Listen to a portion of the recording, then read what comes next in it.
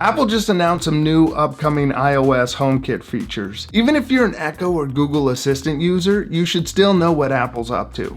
We know all these companies steal the good ideas from each other, so let's take a look. Hello and welcome back. If you're new here, my name is Craig. I show you how to get more out of your tech. Now, my house is mainly Echoes and this channel's full of Echo videos, but I do use HomeKit in my HomePods too because Apple does have some great features. It's just that Siri is dumb. But there are things I can't do on my Echoes or Google devices. Check out my video in the description and see what you can do with a HomePod. Now, these upcoming features. First is the update to adding smart devices. Apple makes it easy to set up smart devices right in the Home app. You just scan the device's HomeKit code and wait for the device to connect.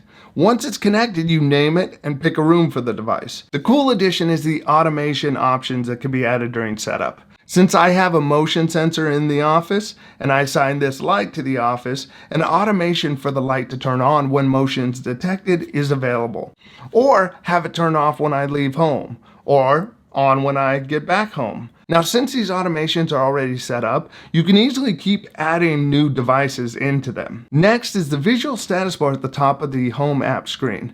This top row of icons shows the state of smart devices that are active and that you should be aware of. For example, it's showing me the garage is open and I have some lights on in the house. And this helps me to quickly see that I need to close that garage or I've left some lights on. You could use these icons on the device to turn them off or trigger them right there. Here, this icon's letting me know that the garage fan is still on. It's a very convenient visual to see what devices are active. The Google and Alexa app could both use this device status feature. Overall, I think the Alexa app needs an overhaul with smart devices front and center. Another smart home software update for iPads and iPhones is on the Control Center. Apple's Control Center is accessed by swiping down at the corner of the screen. Here you can access control features quickly. In iOS 14, you'll be able to touch the home icon to see favorite scenes and accessories to control them within Control Center. You don't even have to unlock your phone to control your devices, and that's very convenient. Next is adaptive lighting. With this update, you'll be able to have your lights change from warm white to cool white and back to warm white throughout the day. Now, why would you want this? The sun's blue light helps energize the body. Cool white bulbs give off a blue light that does the same thing. The blue light from screens is believed to make it more difficult to fall asleep at night, while warm light has a calming effect on the body. With this feature, your lights will start off warm in the morning, change to cool white during the day, and back to warm white in the evening, all without having to think about it. It's not known yet if this will be a protocol that requires new bulbs or use existing bulbs, but it would make sense that existing color changing bulbs will work fine. Next updates are to secure video. If you're not familiar with secure video, it's Apple's secure way of dealing with cameras that was announced last year. Apple secure video cameras are set up directly through the Home app, and then any video clips recorded are stored in your iCloud account. There's no third-party company apps used or taking care of your cloud recording. Personally, I think Amazon and Google should do this too. You already trust Amazon or Google with your credit card and other personal information.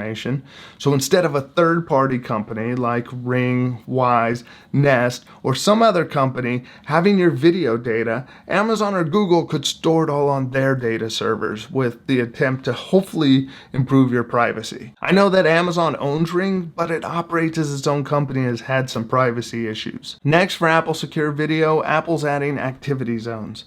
With activity zones, you can create zones for the camera to monitor. If you live on a busy street, you can ignore anything not on your property. So this update allows activity zones on any secure video connected camera. These zones are similar to the zones I have on my Ring doorbell that have been awesome.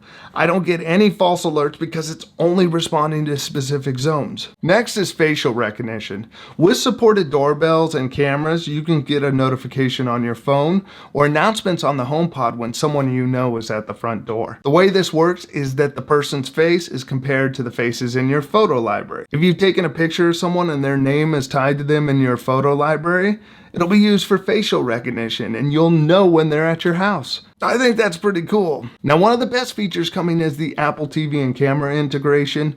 If motion's detected or the doorbell is rung, the camera feed will pop up in a small window in the corner of your screen. You'll immediately see the image on your TV without having to call it up. I really wish Amazon could get this to work out with their Fire TV devices. They do it with the Echo Shows and the Ring doorbell combination. Now they need it on their TV devices so that it'll just pop up when you're watching a show. Another Apple TV smart home feature coming is being able to access a control panel for your smart devices. You can hold down the home button, select the home icon, and be able to see your favorite scenes. Sometimes voice or phone apps not convenient. It's nice to be able to just access it with that remote that might be sitting right next to you. This is all that was announced so far at the developers conference. I'm going to continue using these features with the beta software that's out now, but I'm looking forward to seeing how these features get improved and any other features that may come out with the public release in the fall. Are any of these features that you would like to be able to use? Next, make sure to check out this video over here to see what the HomePod can do. Also, this video here if you're looking for some Echo ideas. I'll see you over there. Thanks for watching. Bye.